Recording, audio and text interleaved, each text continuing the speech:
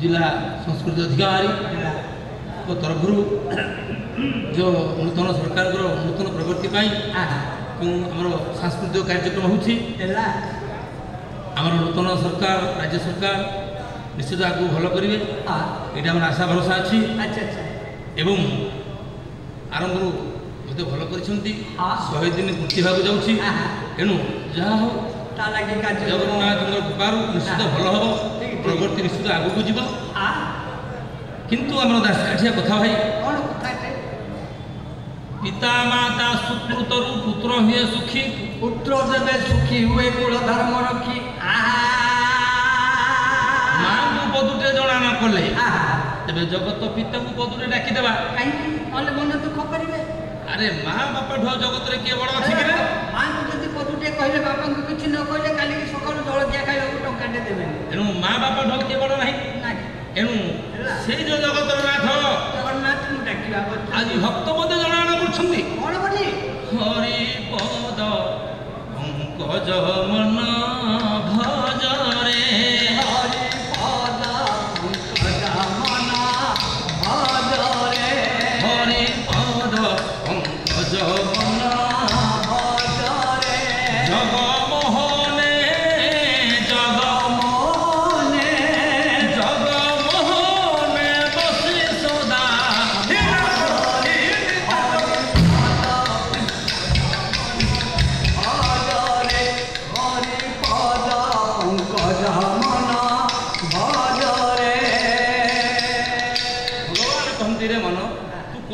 करे दंडे निमिष क्षण मात्र मो नाम जपुथा नित्य तू मत चिंता करे तो दायित्व मोर तो परिवार संसार तू चिंता करे दरकार नहीं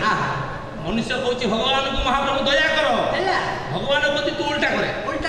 दया उल्टे कौन ना या तू याद कर मु दया कर एणु करी से प्रभु कौन कर अरे जो पाद लागी दानी बड़ी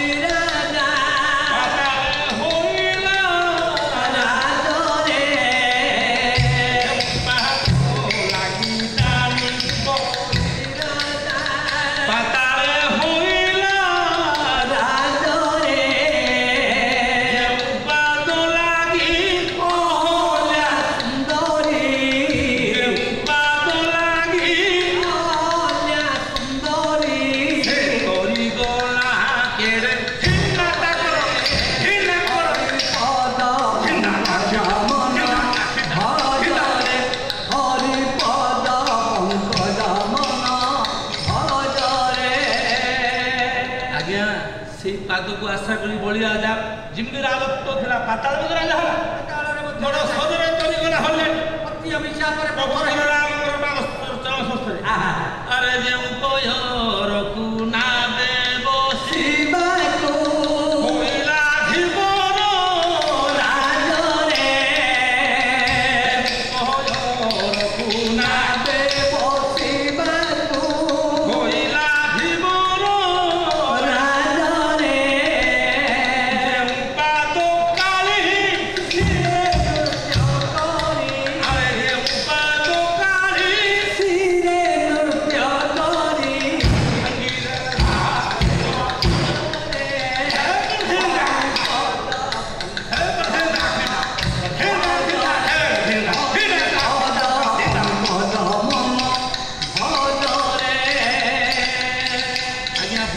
ସବୁ ସନ୍ତି କିନ୍ତୁ କା ଗର୍ବ କେବେ ସନ୍ତିନି ଘମଣ୍ଡ କାହାର ସହିବନି ସେ ସବୁ ସହିବ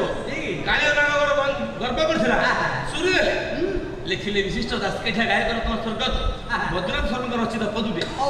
ଆରେ ଯେଉଁ ପାଦ ଅଧ୍ୟାୟୀ ଧ୍ୟାୟୀ ଋଷି ବୃନ୍ଦା ରହିଲେ ଋଷି ସମାଜରେ ଯେଉଁ ପାଦ ଅଧ୍ୟାୟୀ ଧ୍ୟାୟୀ ଋଷି ବୃନ୍ଦା ରହିଲେ ଋଷି ସମାଜରେ ସେହି ପାଦ ଲାଗି ବସି ଅଛି ଯୋଗୀ ସେହି ପାଦ ଲାଗି ବସି ଅଛି ଯୋଗୀ ଦିନ ବୈଦ୍ୟ ନାଥ ବିଜରେ ହରି ପଦ ପଙ୍କଜ ଭଜରେ ହରି ପଦ ପଙ୍କଜ ଭଜରେ ଦାସକେଠିଆ ହେଲା ଗଞ୍ଜାମକୁ ଉତ୍ପତ୍ତି କଲା ବହୁତ ସମୟ ବହୁତ କିଛି କଥା ହୁଏ ସ୍ୱଳ୍ପ ସମୟ କଥା ତେଣୁକରି ଏ ଦାସକେଠିଆ ଜଣରେ ପର୍ଯ୍ୟନ୍ତ ସରିଲା ସରକାରଙ୍କର